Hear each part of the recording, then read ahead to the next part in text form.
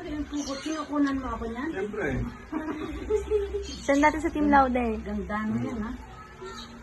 Yan. Pagkapatingin doon na. Bakit ka na ako dito? Hindi ko malam. Dini o dini? Doon na. Laptop. Happy birthday, Nanay Rita. Today we celebrate a very special person. Siyempre. Messages from to our dearest Lola, Angelita A. Laude, aka our Nanay Rita. On this day, on the 22nd of August 2025, is one of the most special days of the year. Especially because it was the day our beloved Lola was born.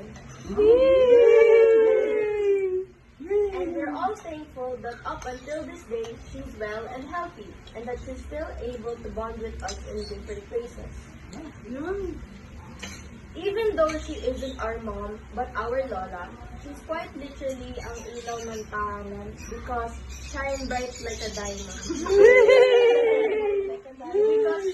Because to many, she's a mother figure, and I'm sure that everyone is able to agree that she's a wholesome friend, best friend, sister, mother, and grandma.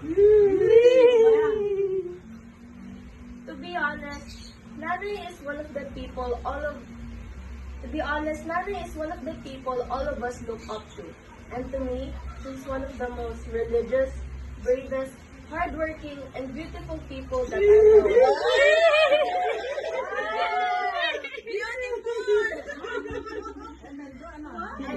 And even though she's smaller than me by height, she has the biggest heart.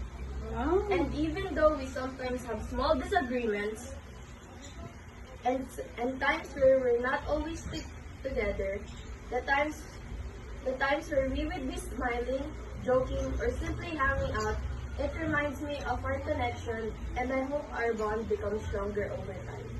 Now, the family loves you so much, Lunay, and we wish you God bless always. Ba't may 33? Yeah. May extras. Yan. Yan. Si Nanay.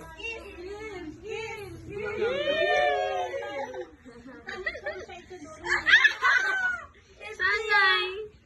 Kamukha mo kasi natin na shape ng mukha mo, parehas. Kakambal ni Nanay. Ginawa mo yan?